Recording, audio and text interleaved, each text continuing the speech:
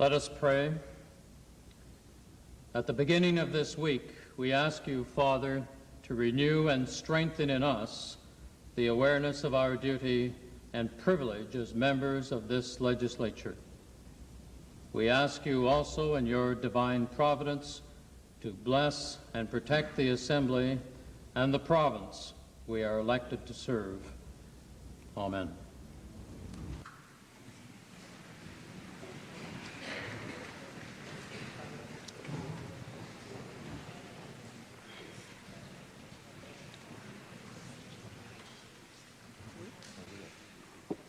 Introduction of visitors. Mr. Speaker, I have the pleasure today to introduce to you and through you to members of the Assembly, two distinguished visitors in your gallery. And after I name them, I would ask that they rise and receive the welcome of the Assembly. Members, please welcome Mr. Erling Nielsen, the Consul General of Denmark, located in Toronto, and Mr. Don Larson, the Honorary Consul of Denmark, located here in Edmonton.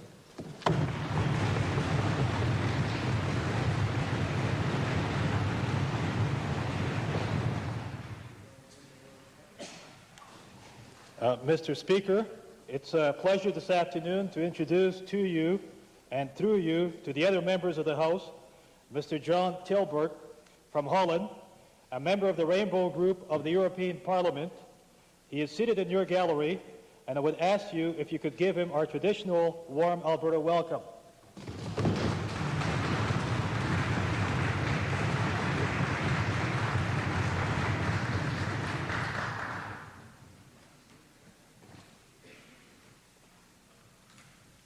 Presenting petitions. Reading and receiving petitions. Mr. Speaker, I would request that the petition I presented Friday last be now read and received. To the Legislative Assembly of Alberta, the undersigned residents of Alberta hereby petition the Legislative Assembly as follows: to restore to Albertans their traditional right of free and unhindered access to the shores and waters of Ghost Lake via the Crown-owned land recently leased to Bar E&H Ranches Limited.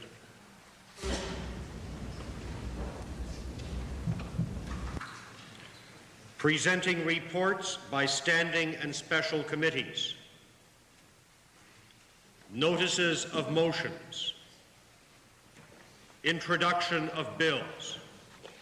Mr. Speaker, I beg leave to introduce Bill number 5, the Rural Electrification Revolving Fund Amendment Act 1986, this being a money bill. Her Honour, the Honourable the Lieutenant Governor, having been informed of the contents of this bill, recommends the same to the Assembly. The purpose of this bill, Mr. Speaker, is to increase the amount of funds available in the Rural Electrification Revolving Fund from $55 million to $75 million in order that Alberta farmers continue to have access to financing on favorable terms for new electrical services.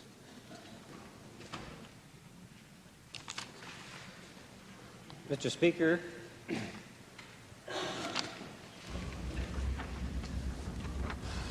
The Minister of Transportation and Utilities has given first reading to Bill Number 5, the Rural Electrification Revolving Fund Amendment Act 1986. All those in favor of the motion for first reading? Aye. Opposed, if any? Carried. A bill being Rural Electrification Revolving Fund Amendment Act 1986, introduced by Honourable Mr. Adair, is now read a first time.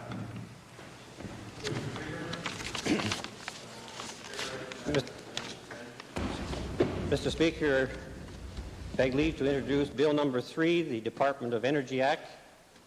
This bill changes the name of the Department of Energy and Natural Resources to the Department of Energy, and consequential amendments.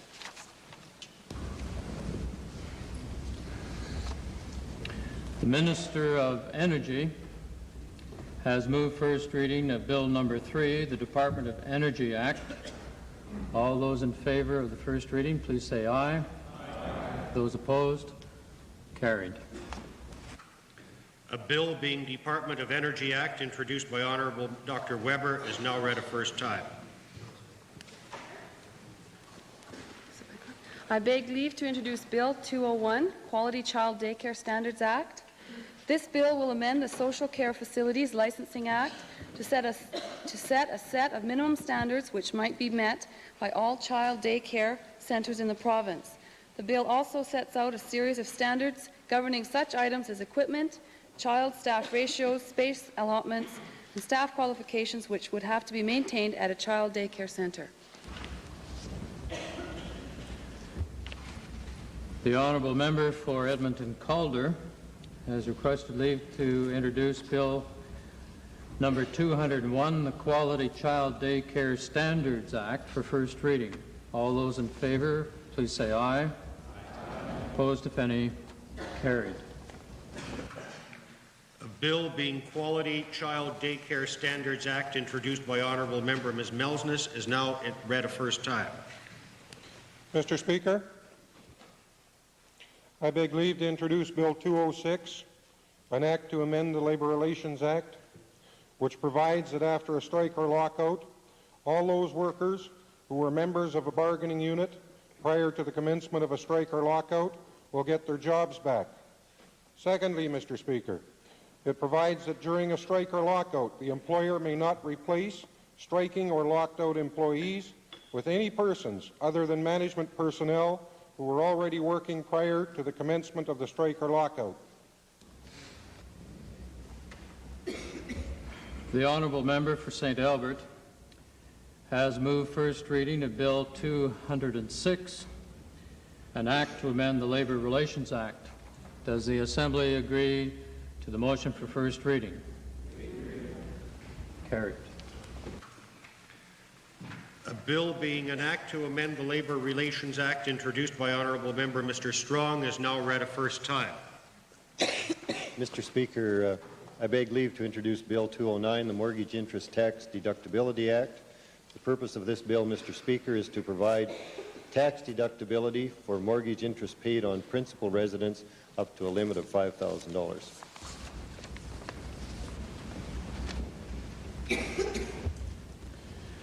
The honourable leader of the representative party has moved first reading of Bill 209. All those in favour, please say aye. Aye. Those opposed? Carried. A bill being Mortgage Interest Tax Deductibility Act, introduced by Honourable Member Mr. Speaker, is now read a first time. Mr. Speaker, I beg leave to introduce Bill 202, that being the Clearwater Alberta Act. This bill would require any person supplying drinking water to the public to make sure that the water they are supplying is safe. The honourable member for Edmonton Glengarry has moved first reading of Bill number 202, the Clearwater, Alberta Act. All members of the Assembly in favour of the motion, please say aye. Opposed, if any? Carried. A bill being Clearwater, Alberta Act introduced by Honourable Member Mr. Uni is now read a first time. Mr. Speaker, I beg leave to introduce Bill number 205, an act to eliminate extra billing. This bill would amend the Alberta Healthcare Insurance Act to remove the possibility of a physician charging a patient for basic health service over and above the payment made to the physician by the Alberta Healthcare Insurance Plan for that service. As a sort of quid pro quo, this bill would also amend the Act to formalize a negotiating procedure whereby every year the Minister of Hospitals and Medical Care would meet with the College of Physicians and Surgeons for the purpose of reviewing and amending the existing fee schedule. The honourable member for Edmonton Centre has moved first reading of Bill 205, an act to eliminate extra billing. Those members of the Assembly who are willing to give first reading to this motion, please say aye. Aye. Opposed, if any? Carried. Bill being an act to eliminate extra billing, introduced by Honourable Member Mr. Roberts, is now read a first time. Mr. Speaker, I beg leave to introduce a bill being the Council on the Status of Women Act, Bill number 208. This bill would establish a 15-member council on the status of women charged with promoting the full and equal participation of women in the economic, political, and social life of the province as its primary mandate and function in an autonomous fashion. Government adoption of this bill would certainly be welcome. The honourable member for Edmonton Highlands has moved first reading of Bill number 208, Council on the Status of Women Act. Does the Assembly agree to the motion? Opposed? Carried. A bill being Council on the Status of Women Act, introduced by Honourable Member Ms. Barrett, is now read a first time. Mr. Speaker, I beg leave to introduce Bill 220, an act to amend the Debtors Assistant Act. Basically, this act would establish a regime of debt adjustment in Alberta, primarily for farmers, but also to some extent for homeowners and independent businesses as well. This bill is modeled closely on and in many ways is virtually identical to an act that was on the books in the 1930s in the province of Alberta. The honourable member for Vegreville has moved first reading of Bill number 220, an act to amend the Debtors Assistance Act. Does the Assembly agree to the motion for first reading? Opposed? Carried. A bill being an act to amend the Debtors Assistance Act, introduced by Honourable Member Mr. Fox, is now read a first time. Mr. Speaker, I beg leave to introduce a bill being the Retail Business Holidays Act, Bill number 222. This bill is modeled closely on legislation in effect in Ontario and would require retail business establishments with a floor display area of greater than 220 square meters to be closed on statutory holidays and on at least one day every weekend, which would be at the owner's or the operator's discretion. A schedule attached to the bill exempts certain kinds of business that are recreation, tourist, entertainment, or vehicle maintenance oriented, exempted from the bill's provisions. The honourable member for Calgary Mountain View has moved first reading of Bill 222, the Retail Business Holidays Act. Does the Assembly agree to the motion? Opposed? Carried.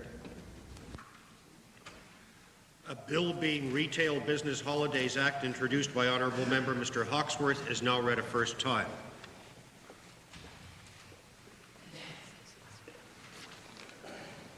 Mr. Speaker, I beg leave to present Bill 207, an act to amend the Local Authorities Election Act. Basically, it would allow a municipality by bylaw to limit funds spent on municipal elections.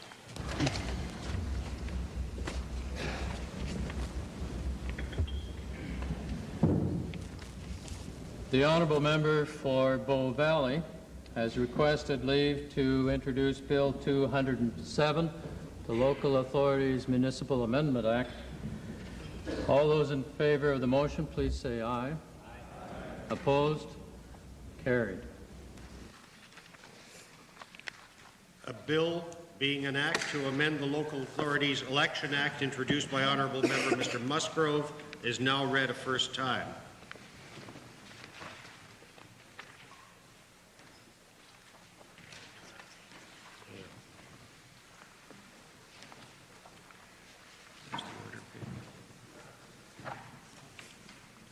Tabling returns and reports. Mr. Speaker, I wish to table with the Legislative Assembly the Western and Northern Canada Asset Deposition Long-Range Transport of Atmospheric Pollutants Activities 1985 Annual Report.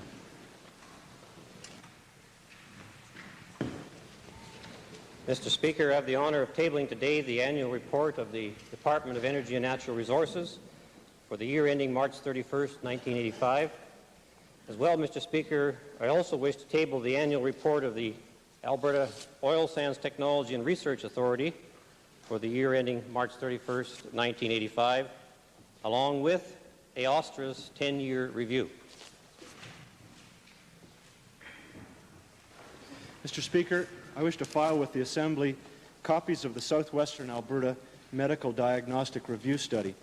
This report was previously released at a public meeting on June 11 in Pincher Creek.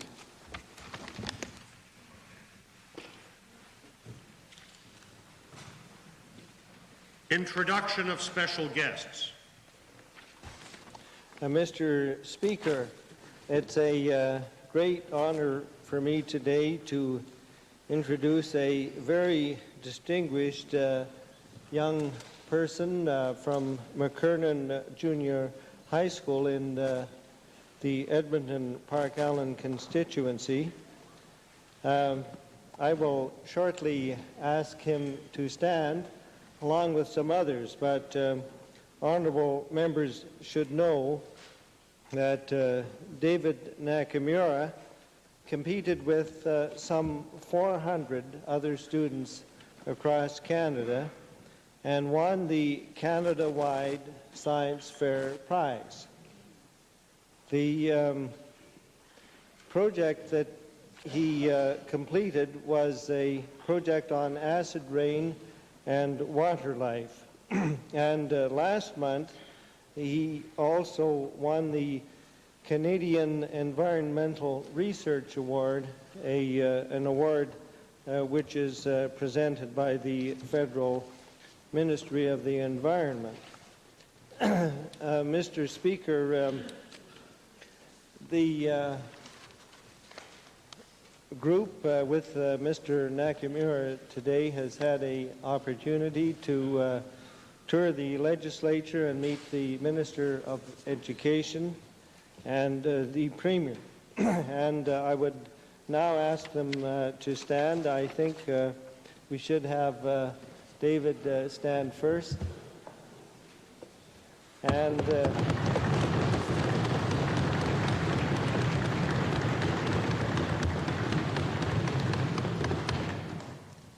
I apologize. I've got the first name wrong. It was Ken.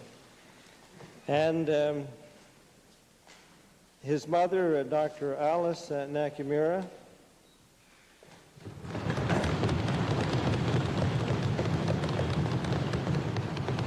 The principal of McKernan School, Mr. John Lummis.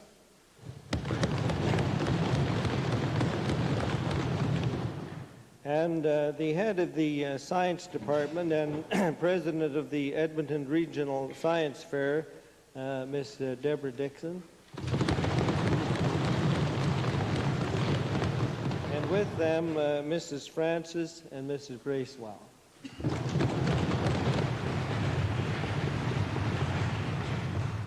Mr. Speaker, I have the distinct pleasure of introducing to you and through you to members of this Assembly 70 students from the grade 6 class and their teachers, Mr. Don Sinkowicz, Mrs. Shirley Hill, and Mrs. Carmen McCula from the Queen Street Elementary School in Spruce Grove, situated in the Stony Plain constituency. I ask that these students and their teachers in the members' gallery please rise and receive the warm welcome of this Assembly.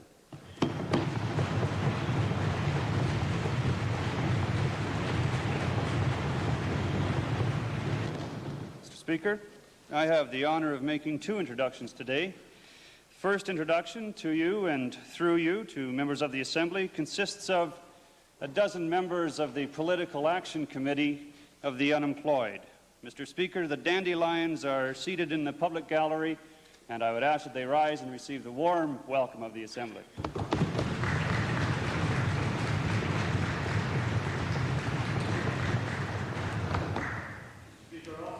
Also in the public gallery I have the honor to introduce a few of my family members, if I may.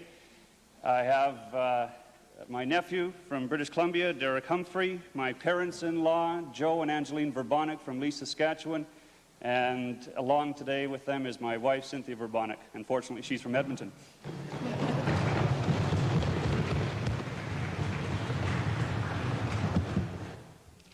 Mr. Speaker, it gives me great pleasure to introduce to you, and through you to the members of this Assembly, a group of students from the Wild Rose Adventist School from the beautiful town of Olds, who are here today with their teacher, Dorothy Jacob, and a very proud grandparent of two of the students, Mr. Bill Wigley, who are seated in the public gallery, and I would ask that they rise and receive the very warm welcome of this Assembly.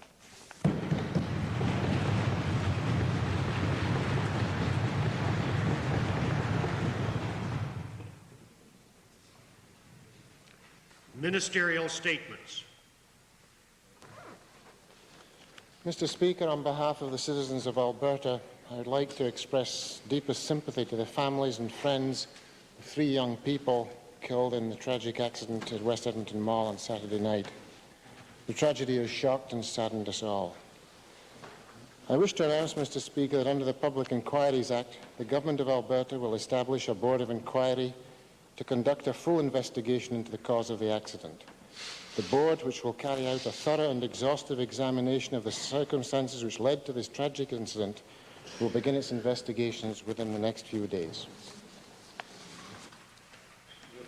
I, too, as the Leader of the Official Opposition, would just like to take this opportunity to pass on our condolences, and I'm sure the condolences of all members of this Assembly to the family of the deceased, and I welcome the announcement, and rather than spend time here, I'll follow it up in question period. The chair has been approached with respect to this matter, and so it will be that I will, on behalf of the Assembly, send an appropriate message to those involved.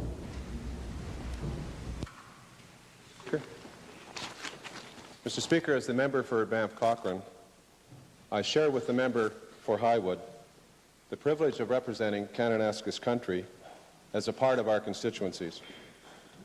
On June 6 past, a single-engine aircraft disappeared west of Calgary while its pilot, Ken Wolfe, and wildlife biologist Orville Paul were conducting an aerial survey of bighorn sheep near Mount Allen. Members of the Assembly, 11 persons have now tragically died in 2 separate crashes searching for the missing plane and its occupants. Bruce Pratt, Rod Herodance, and Hayden Evans died on June 6 searching for the first plane when their craft crashed into Mount Lougheed. On Saturday, June 14, Captain Wayne Plumtree, Captain Ted Cates, Sergeant Brian Burkett, David Hall, Jerome Schindler, Carl Grant, Charles Major, and Patricia McLean were killed while their search plane went down south of Sybil Flats. Mr. Speaker, as the search continues, and our hopes go to the families of the missing men, I would ask that you too, Mr. Speaker, give consideration to the sending of appropriate letters on behalf of the Legislative Assembly and the people of Alberta to the bereaved families of those who have given their lives. The chair will be only too willing to do that appropriate action as suggested by the member for Banff Cochrane, and we thank him for bringing it to the attention of the House.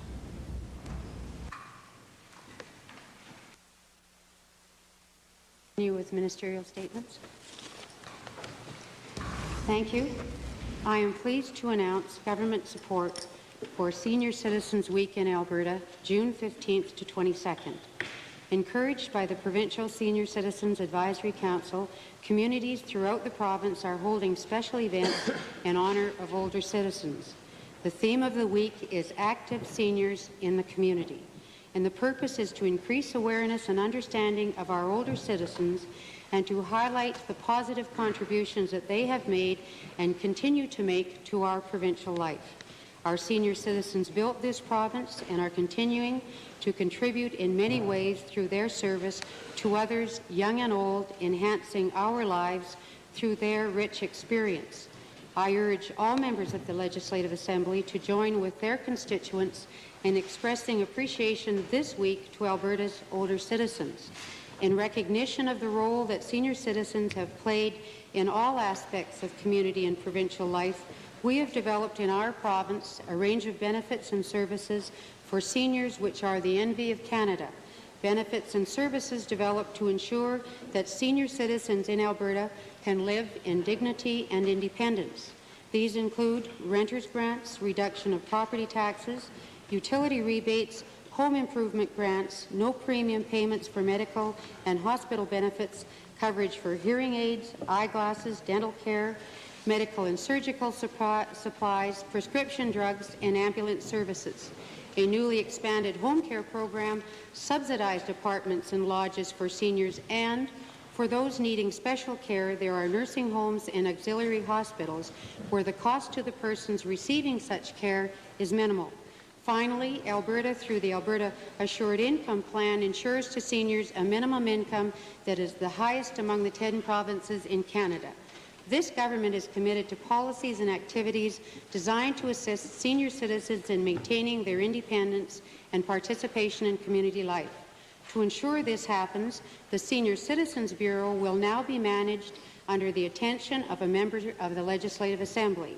This will assure that the Bureau is responsible to the needs of senior citizens and also assure that the government maintains full consultation with the many active senior citizens groups.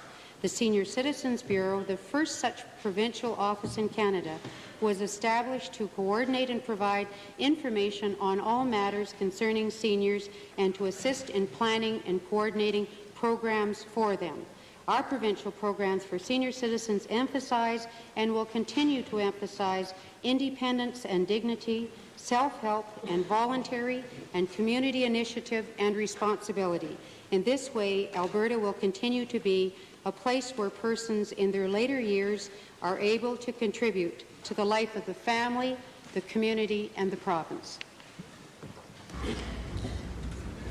Mr. Speaker, in rising to reply to the ministerial statement, I don't think anybody in the legislature will disagree with government support for Senior Citizens Week in Alberta, June 15th to the 22nd. At least none of us better if we want to be re-elected in 4 years, Mr. Speaker.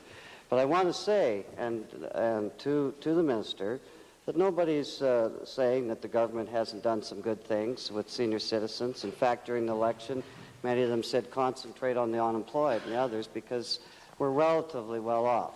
But I think that we miss the point that many seniors aren't relatively well off, and the highest rate of poverty often in the province and in Canada generally is among elderly women specifically, and that's well documented. We face problems in this province in the future because we have an aging population, and we're going to have to look at many, many new innovative ways of dealing with this problem. I might point out that Canada has one of the highest institutionalization rates in the world, and Alberta has one of the highest in the province. That's very expensive. Besides, I don't think giving the element of choice. So I welcome the fact that we're having a Senior Citizens Week, and I would hope that flowing from Senior Citizens Week that we have some new innovative policies coming out from the government. And I'll say this, Mr. Speaker, if they can't think of them, the people in the official opposition will be glad to help them out in this area. Thank you, Mr. Speaker. Mr. Speaker, as mentioned in the April 3rd speech from the throne, and also today by the Minister of Social Services, the Senior Citizens Bureau lies within the large Department of Social Services. We believe attention to the Bureau by an MLA would be of assistance to our seniors. Therefore, I wish to advise the House today that the MLA responsible for the Bureau will be the Honourable Member from Highwood, Mr. Alger.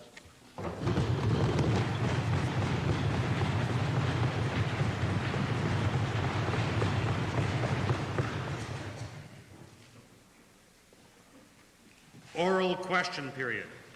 Mr. Speaker, I'd like to direct the first question to the Minister of Labour, and it follows up on the announcement about the terrible tragedy at West Edmonton Mall. To get in the study a little more, could the Minister be a little more specific about the magnitude of his investigation of this accident, and furthermore, give us some idea when a report might be made public on it?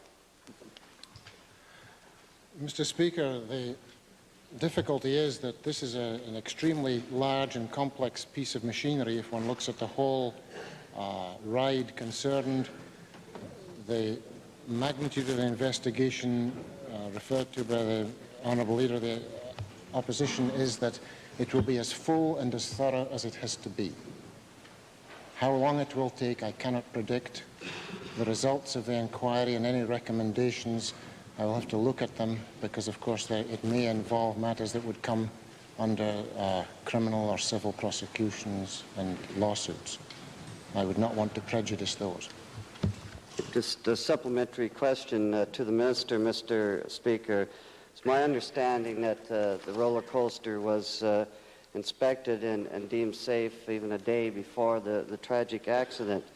Could the Minister indicate to the Assembly if this was a routine inspection done on Friday by the Chief Inspector, or was there some special reason for this inspection? Mr. Speaker, all the matters of the operation, the installation of the roller coaster and everything else, those will all be addressed by the inquiry.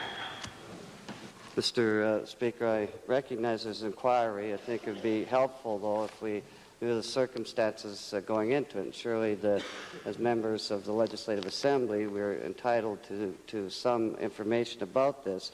But to go into the department in a more general sense, Mr. Speaker, amusement rides like roller coasters are deemed to be fixed conveyances, I believe as defined by the Elevators and Fixed Conveyances Act.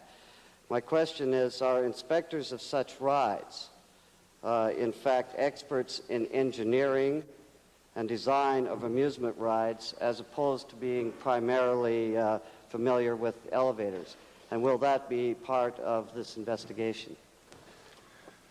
Mr. Speaker, it is the intention to have that aspect as well involved in the inquiry by the board that will be set up. Well, this could be years. The Minister himself just said, Mr. Speaker, that this could be a long time before we have this information. This is information that should be part of the department. And I would ask the Minister to take it seriously. If it comes up that these things weren't there, that'll be part of the inquiry. But surely that information should be, public at this point. Let me ask one last supplementary on this, Mr. Speaker.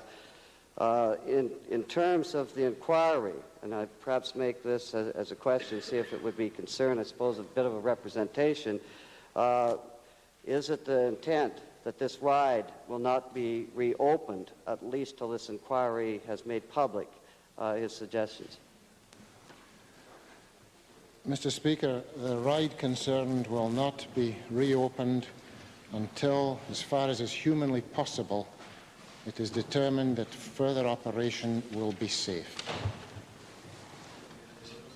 Supplementary, Mr. Speaker. If it's in order, Mr. Speaker, Liberal Caucus would certainly like to add to and express the regrets and add to yours to the family and those that are bereaved in this most unfortunate accident. To the Minister, in seeing in view that government departments are involved in licensing and in inspection, can you give any assurance to the House that any investigation will be of an independent nature, so there will be no question at all as to conflicts of interest? Mr. Speaker, under the Public Inquiries Act, the board that is set up will be as independent as we can make it, and if at all possible will include people with the expertise to be involved in the investigation of a highly technical occurrence. Mr. Speaker, I'd like to direct the second question, first of all, to the Premier. Mr. Speaker, the throne speech on Thursday seemed to indicate or commit the government to the introduction of amendments to the Labor Relations Act this session. Could the Premier be a little more specific and tell this Assembly when the government intends to propose them? Mr. Speaker, I think we would want to have as thorough a review of the labor legislation as possible. It should involve traveling throughout the province. It should involve input from citizens, management, labor, members of the legislature. So I think, Mr. Speaker, my answer would be that any recommendations as to amendments would come after a very thorough review, and it's very difficult to know when that would be completed. Well, Mr. Speaker, just so we can get some handle on it, because it's been a major issue, there's certain things I don't think need studying. I've made that clear. But can we look forward then, because it was part of the throne speech which says the necessary amendments will be proposed. Can we take under this, because it's in the throne speech, that there will be some amendments brought back to this House this year?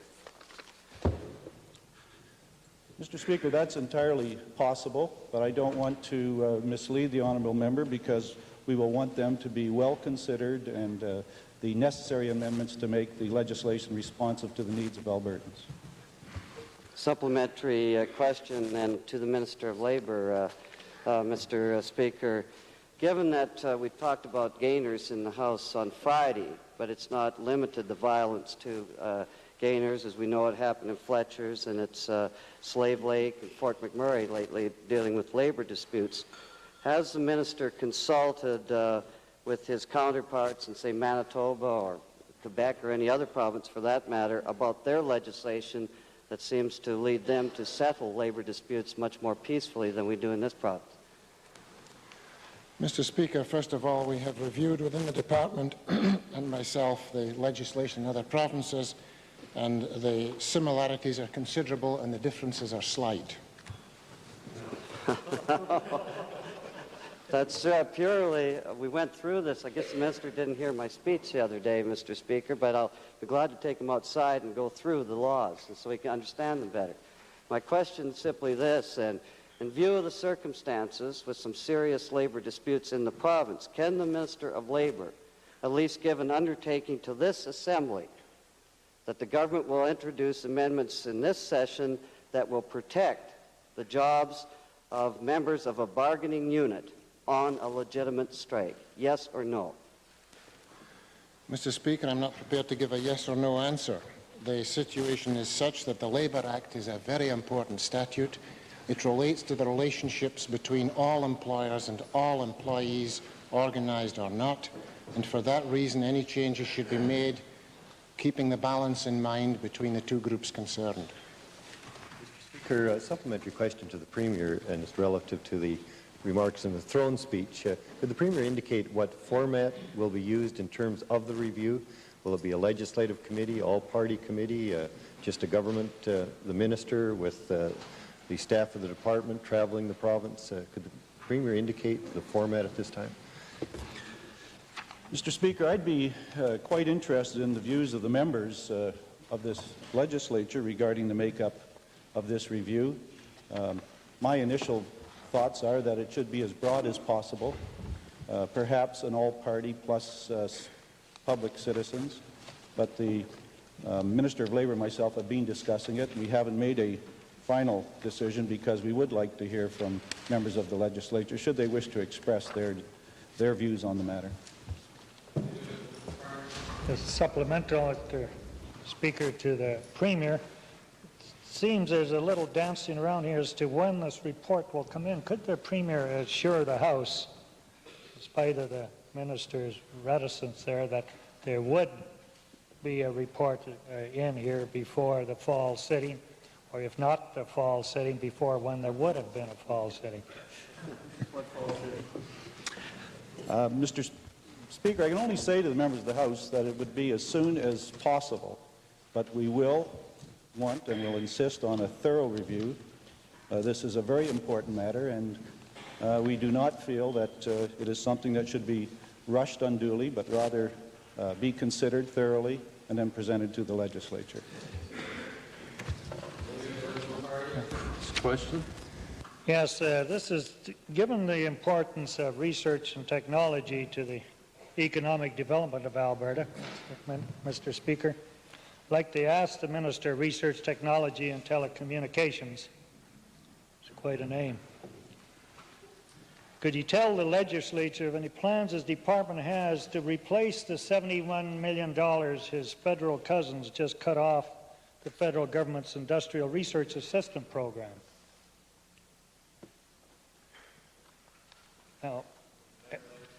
Now, thank you. I want to give... Thank you. Mr. Speaker, in response to the Honourable Leader of the Liberal Party, I would suggest that it isn't the responsibility of the provincial government to replace budget adjustments that are undertaken by the federal government. With respect to that particular program of the federal government, there is some discussion still underway, but I am not sure at all that the $71 million to which there was reference was in fact eventually to be directed at this province or any other province in particular. Mr. Speaker, to the Minister, it's an interesting answer in view of the upgrader proposal that he put forward, but have you had time, Mr. Minister, to make any estimate on what the cost will be to the businesses in Alberta from the federal government's proposed cut of $71 million to industrial research? After all, we heard you often say that this is going to be one of the major diversification methods of the province.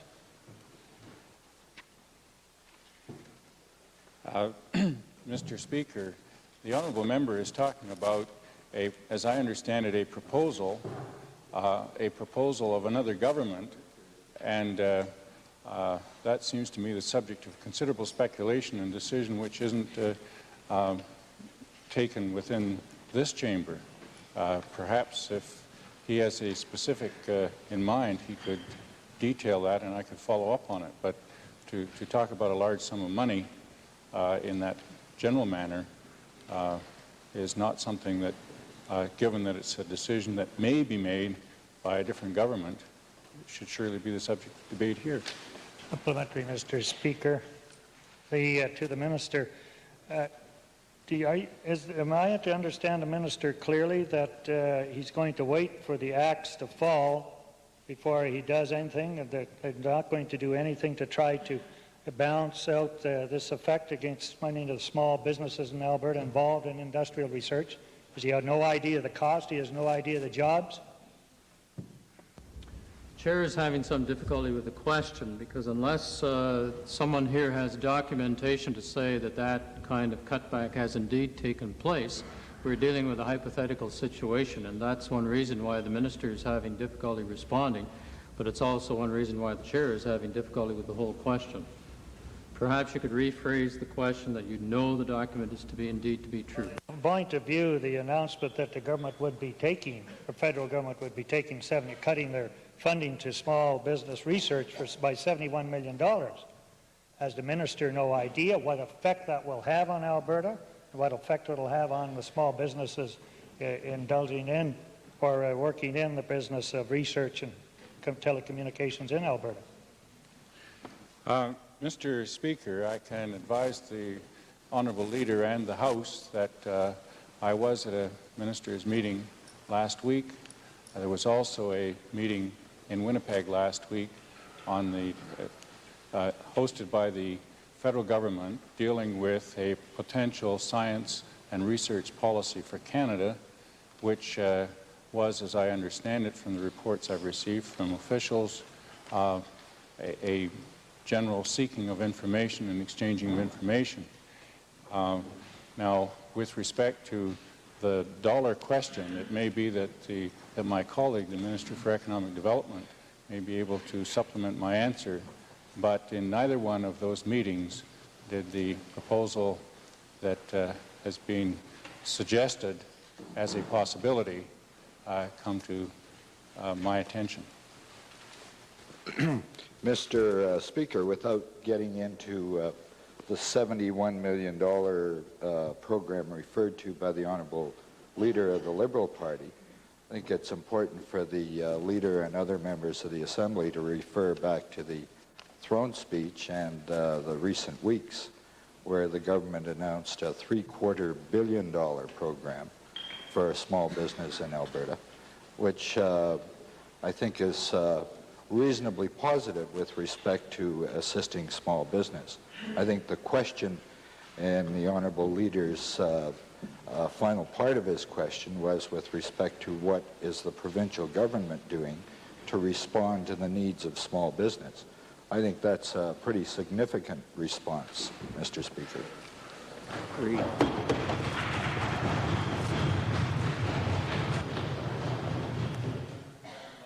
Well, Mr. Speaker, as a supplementary to the answer that was provided earlier, I'm not sure I understood what the minister was saying. Did the federal minister meet with his provincial counterparts to talk about their programs for technology and research and economic development and not indicate to you at that time that they would be cutting back on those programs?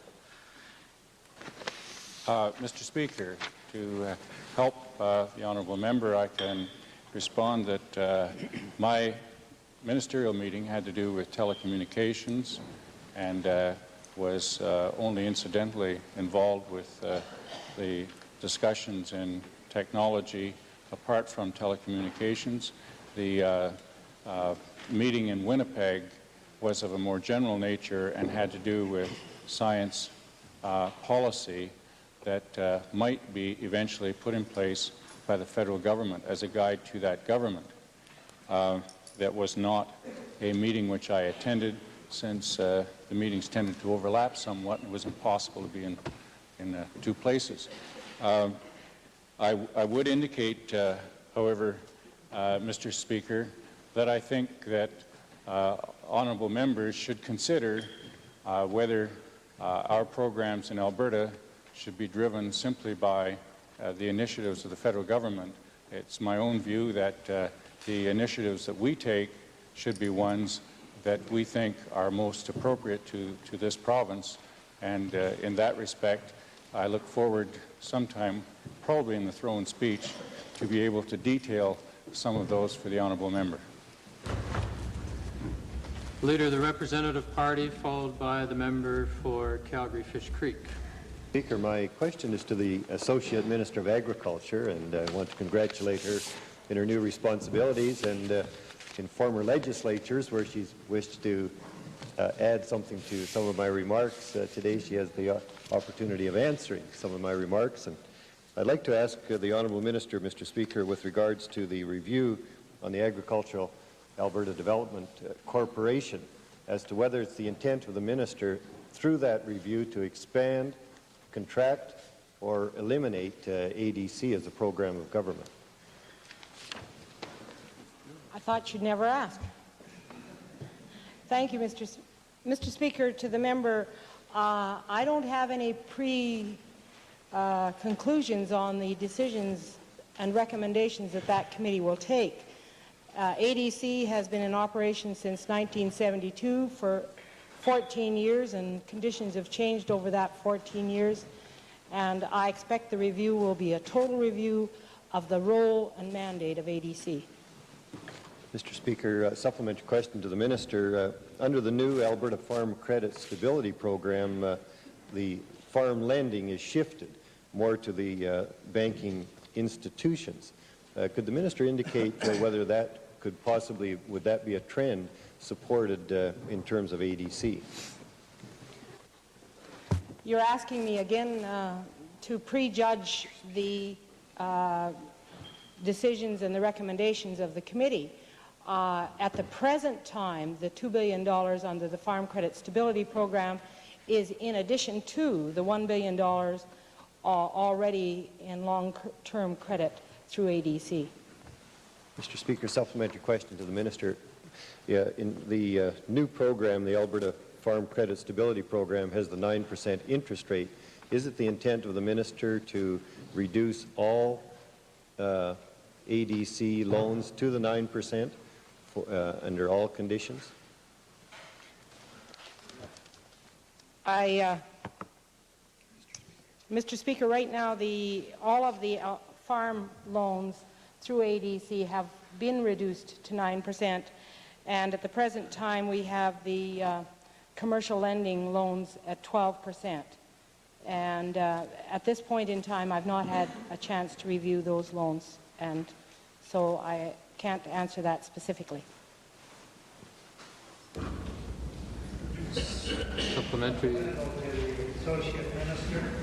Mr. Speaker, in new funding for the stability program, is it contemplated that the funds would be primarily set up for operating capital, or will there continue to be the inflationary program of lending money to farmers to buy more land?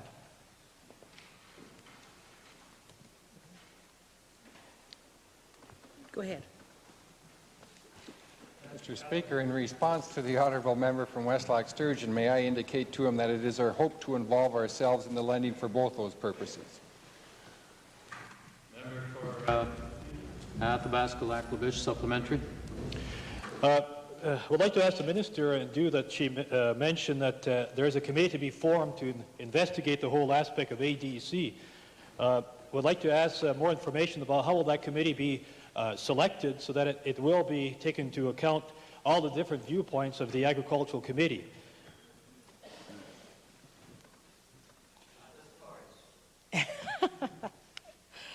Mr. Speaker, the makeup of the committee is not totally determined at this time, but I can assure the member that the committee will be meeting with groups from all over the province and farmers from all over the province, so I'm sure that all of the views will be well represented and taken into consideration. The member for Calgary-Fish Creek, followed by the member for Vegreville. Thank you, Mr. Speaker. Mr. Speaker, I'd like to direct a community health-related question to the Minister of Community and Occupational Health. About a mile south of the city of Calgary, there's a commercial landfill project that was recently moved into operation. And as a consequence, a great many residents in the suburban lake communities of Lake Sundance and Lake Midnapore have raised with me their serious concerns about the likelihood of initially seagulls being attracted to the landfill site and then migrating to the community lakes of South Calgary, resulting in a substantial health risk of parasitical infection for those thousands of Calgarians who use the lakes. My question, Mr. Speaker, is, as the Minister responsible for the Public Health Advisory and Appeal Board, can he advise the Assembly today if the Board is prepared to deal with this public health issue? Mr. Speaker, I've heard from the honourable member for Calgary-Fish Creek, as well as from a number of his constituents, and I can advise you, Mr. Speaker, today that there are some 3 appeals before the Public Health Advisory and Appeal Board. And these appeals ask that board to withdraw Browning Ferris Industries' permit to operate the landfill site in the location mentioned by the honourable member. It is expected, Mr. Speaker, that the appeal will be heard by the board in Calgary on Friday of this week, and at that time, Mr. Speaker, all interested parties will have an opportunity to make representations to the board. Supplementary, if I may, Mr. Speaker. Could the minister indicate to the Assembly when he expects to be able to report back to the House the results and determinations of the Public Health Advisory and Appeal Board? Well, Mr. Speaker, I would expect that following the board's deliberations, that they should be able to reach a decision in a very timely basis, and I would expect such a decision to take place some 2 to 4 weeks, at a maximum 4 weeks following their deliberations. Supplementary member for Fish Creek. Further?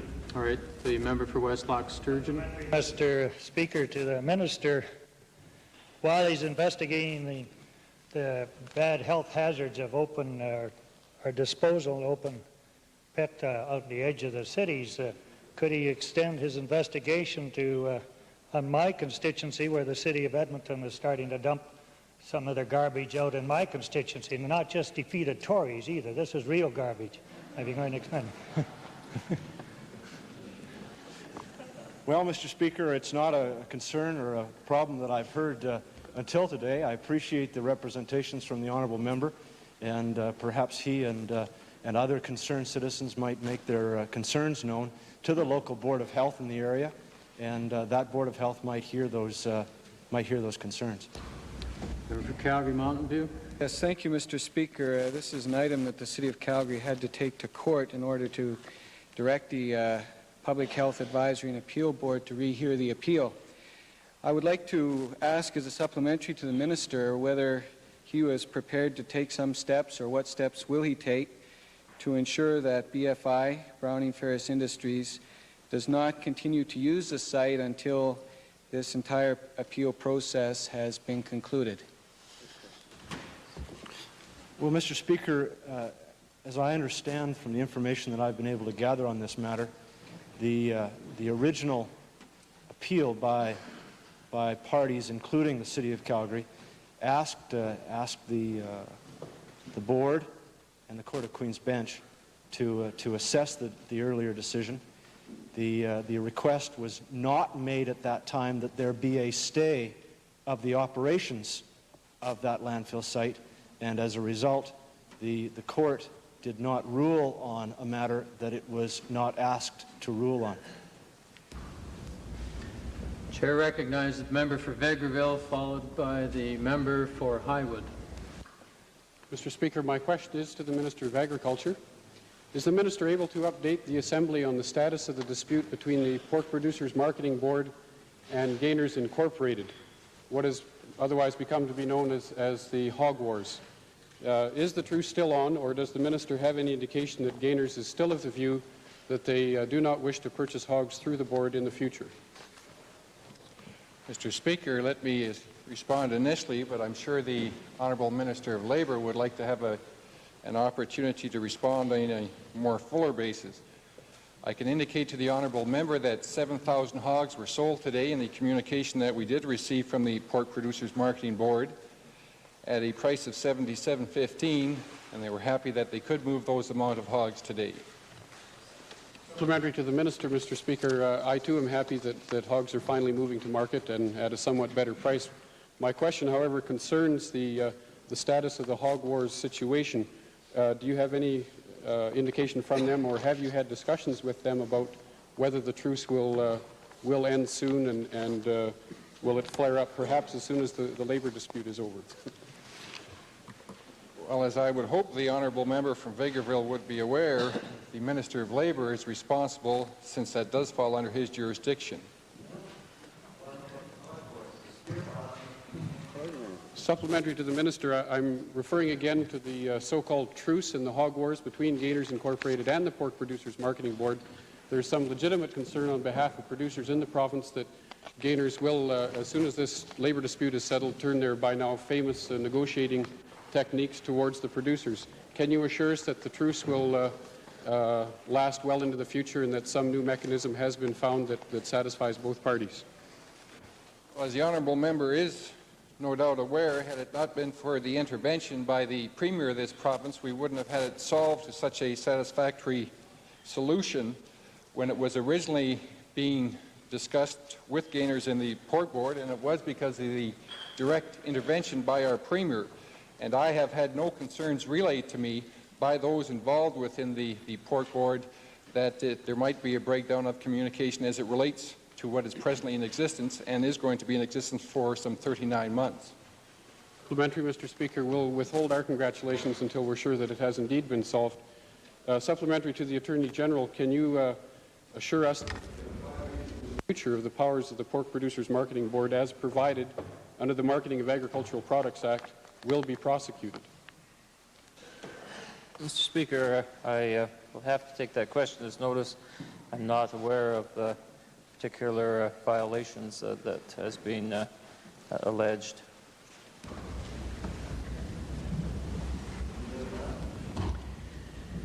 The Chair would like to just point out something. It's a pitfall for all members of the Assembly as we first come into question period, and it's this, that if you'd please direct the questions and the supplementaries through the Chair, and you find it's a bit more helpful perhaps if you sort of look this a direction, and then we won't fall into the habit of addressing members across the floor of the Assembly as you this and you that, but with the Minister and the member, if we could adhere to that practice, please.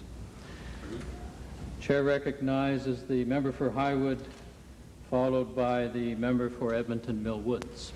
Mr. Speaker, from former questions, my answer is almost provided, but I would like to ask the Premier that, subject to the reorganization of Cabinet in the last few weeks, may I ask him to advise the members of the Assembly as to which portfolio small business is now being served?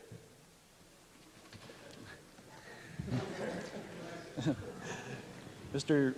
Speaker, as mentioned often in the legislature and in the speech from the throne, small business is an extremely important part of this province and one which our government supports very strongly.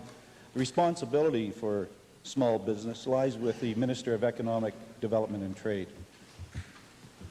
Supplemental question, Mr. Speaker, to the Minister of the Economic Development and Trade. The throne speech did announce, indeed, that the Small Business Assistance Program, which hundreds of small businesses are looking forward to. Are there any other programs pertaining to the assistance of small businesses planned by the Minister? Mr. Speaker, our priority in the department with respect to small business will focus on the Small Business Term Assistance Program. There are a number of other areas that we're examining, but for the time being, Mr. Speaker, we're focusing on implementing that program as soon as possible. The member for Edmonton Mill Woods, followed by the member for Athabasca-Lac-La-Biche, and then the member for Edmonton Meadowlark. Mr. Speaker, my question is directed to the Solicitor General, and today is the 10th anniversary of the Soweto massacre in South Africa. And as a sign of respect for the anniversary that this occasions and the great suffering that has been burdened by the people in South Africa, can the Minister assure the Assembly today that all products of apartheid will be removed from the ALCB shelves in this province? Mr. Speaker, it's a pleasure to respond to the member from Mill Woods. The matter of trade has been traditionally the jurisdiction of the federal government, and we are presently have our buying policies under review. Supplementary question, Mr. Speaker. In view of the fact that our Federal Minister for External Affairs has indicated last week that they will no longer continue buying anything from the Republic of South Africa, and they also indicated that they would encourage the provinces to take the same stand, can the Minister tell us what policy considerations may be delaying implementing a similar policy in the province? Mr. Speaker, as I mentioned previously, our policies are presently under review. Mr. Speaker, supplementary question. Could the Minister indicate to the Assembly when that review will be completed and when he can report back to this House about particularly the situation with liquor products in ALCB? Mr. Speaker, as soon as possible. Final supplementary. All right. The member for Edmonton Millwoods. That's who you were. Well, I'm glad you dealt with that with great alacrity. The chair recognizes the member for Athabasca Lac-La-Biche, followed by the member for Edmonton Meadowlark. Mr. Speaker, the entire world has many concern about the Libicon Lake Indian people. And I want to ask the Minister of Federal and Intergovernmental Affairs, who did not have time to meet with the visitor from the European Parliament, whether he will make a commitment to make every effort to support any agreement reached between the federal government and the Libicon Lake Band in the process of negotiation about to begin, which is intended to settle the band's outstanding claims. Mr. Speaker, there are many parties involved to this issue. The federal government is now engaged in a bilateral discussion process. Eventually, of course, the federal government will have to discuss the matter with the province of Alberta relative to the land in question, which is Crown land and therefore owned by the people of Alberta. In addition to that, of course, there are people of Métis origin who are residing in the land which is subject to the claim made by the Lubicon peoples, and that those people's views will also have to be taken into consideration. So it's not a simple matter of saying yes or no to the honourable member's question. Certainly the responsibilities that are the governments of Alberta will be carefully considered in relation to the people who live within this province and in relation to our responsibilities under the Natural Resources Transfer Act of 1931. Supplementary. Mr. Speaker, can the Minister indicate the position of the government regarding the public release of the report on the Lubicon situation, which was prepared by Davy Fulton? As a matter has been commissioned by the federal government, Mr. Speaker, and it's not under the control in any way of the government of the province of Alberta. Mr. Speaker, what mechanism does the Minister have in place to monitor the effect of oil industry activity in the Little Buffalo area on the traditional way of life of the native people there? Mr. Speaker, that was one of the subjects that was undertaken for review by the former Minister of Justice and the former Justice of the Mr. Justice Fulton. I still refer to him that way, Mr. Speaker, but I realize he is retired from that position. That, of course, is a matter that has been reviewed, and with respect to current activities in the area, those matters are under review and are by the Department of Energy and the various agencies relative to exploration within the province of Alberta. Mr. Speaker, Mr. Tilburg, who will be reporting back to his group of European Parliament, indicate there is extreme concern in many areas of Europe and the United Nations about the people of the Lubicon Lake. I want to ask the Premier what information he has received indicating Alberta's reputation and image, how it is being tarnished by this unresolved situation. Mr. Speaker, I have had no information that Alberta's image is being tarnished by this matter. Member, the Leader of the Liberal Party, supplementary. Speaker, to Minister of Intergovernmental Affairs, has anyone in his department prepared an estimate on how much oil and gas in a dollar value has been produced from under the lands that have been suggested to be returned to the Lubicons? No, Mr. Speaker, that is not part of the responsibility of my department. Granted, certain of the responsibilities formerly carried out by the Minister responsible for Native Affairs have been transferred to the Department of Federal and Intergovernmental Affairs, and whether or not that information is available, I am not in a position to advise the Assembly at this time. The member for Edmonton Meadowlark, followed by the member for Edmonton Glengarry. Thank you, Mr. Speaker. I have a question for the Minister of Economic Development and Trade.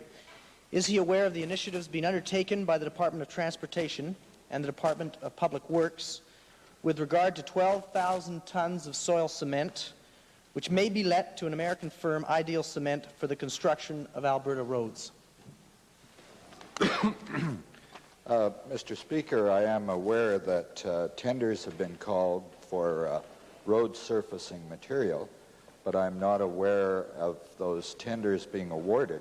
Perhaps the Minister of Public Works, Supply and Services has that information. I do not have that information.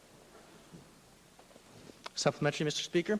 Is the Minister of Economic Development aware of the number of jobs which will be lost or could be lost as a result of this initiative? Mr. Speaker, I'm not aware that the tender has been awarded. Mr. Speaker, supplementary. I would ask the member to remember we're dealing in the hypotheticals once again, which was an issue raised earlier in the day. And if you take care with the framing of your question, please.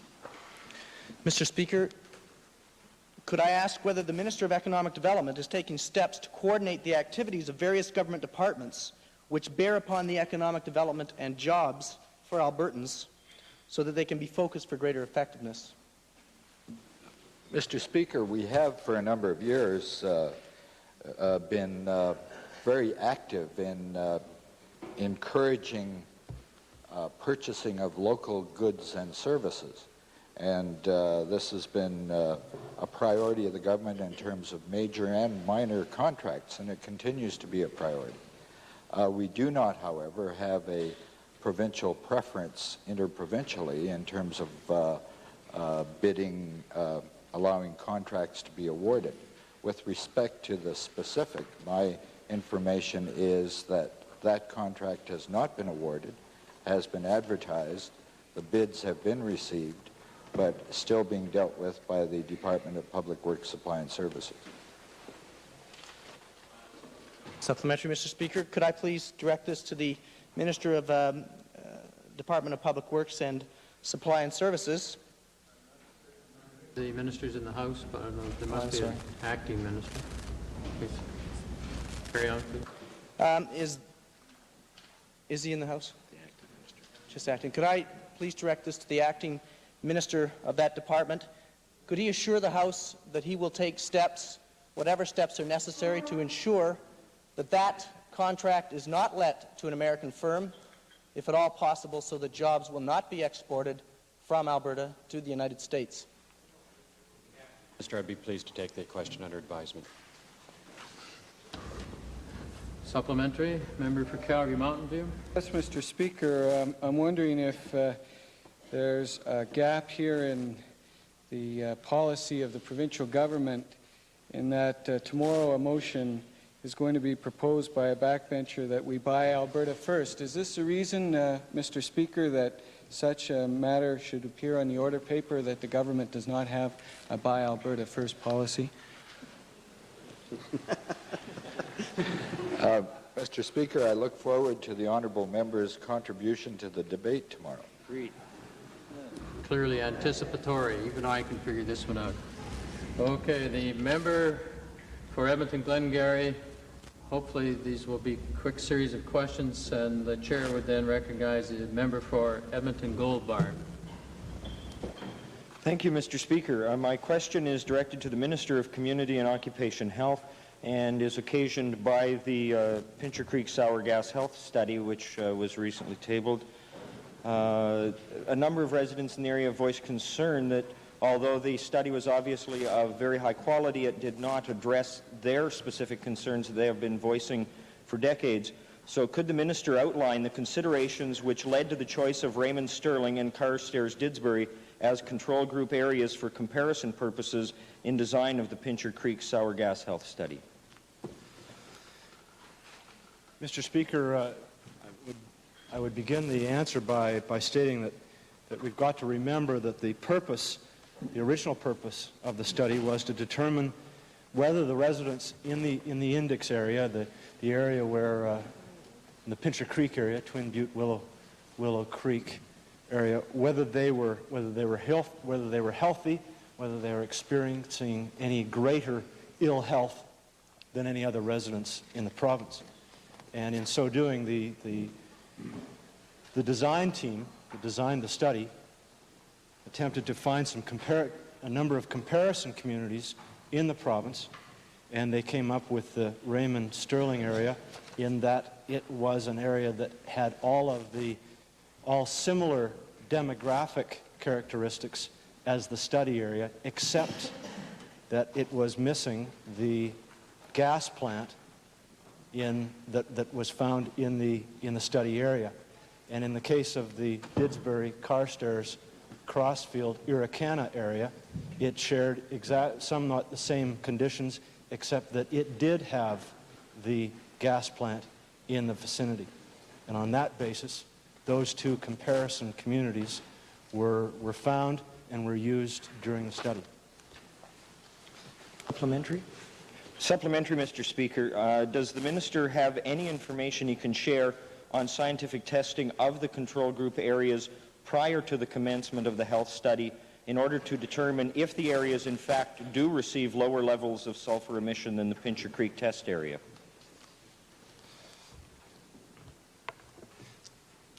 Mr. Speaker, perhaps my honourable colleague, the Minister of Environment, might wish to respond further to that question. But as I understand it, the monitoring of environment conditions in that area and in all areas around the province are done on an ongoing basis. Mr. Speaker, just to supplement my colleague's response, these inventories are taken periodically. The confirmation that Dr. Spitzer provided to us the other day with respect to this is basically his conclusion was that the study that was undertaken in the area was a very conclusive one and no further follow-up was required or necessary. Final supplementary, the member for Edmonton Glengarry. Final supplementary? Okay. Your second supplementary, but I have an eye on the clock. We're running out of question period, so if I might beg your indulgence, please. Okay. Given that the control group areas chosen are relatively close to a number of sour gas wells in southern Alberta and the Pincher Creek area, can the minister explain the process which led to their being chosen as comparison areas as to communities which are not exposed to sour gas at all?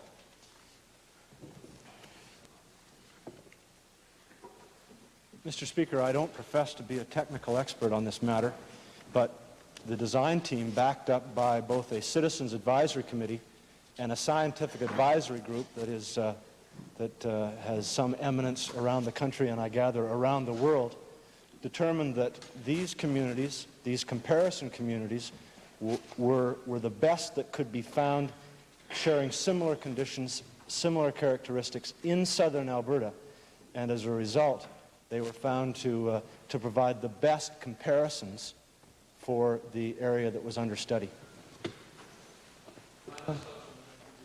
Thank you. In view of the fact that the study pointed out that most of the similarities were demographic, and in view of the fact that there has not been in-depth testing of the areas to determine that there is no sulfur emission or sulfur pollution in the Raymond-Sterling area, I'm wondering what information does the minister have on the reliability of the two control areas, or in other words, is there any scientific information available on how meaningful the comparison with these two communities is, given sulfur emission levels there? Mr. Speaker, I remind the honourable member one more time that the purpose of the study was not an 8-week study. It was a study to determine the effects or the health of the people in those areas over a period that dated back to 1957. And the residents who lived in those communities in 1957, in 1970, and lived there since. And so we're not looking at an 8-week study. We're looking at the effects, the health of the people in that area over a very, very long period of time, and assessing the impact of whatever circumstances, how that affected the health of the people in the area over that long period of time. I would mention that we've gone a few minutes beyond the end of question period, and one other member of the Assembly was recognized, and I would attempt to recognize the the member for Edmonton Gold Bar early in the question period tomorrow. Orders of the day. Might we revert briefly to introduction of special guests, and if so, is it agreed? I would recognize the member for Three Hills. Thank you, Mr. Speaker. It's my privilege today in this first session of the 21st Legislature to be able to recognize through you and other members of the Alberta Legislature the level land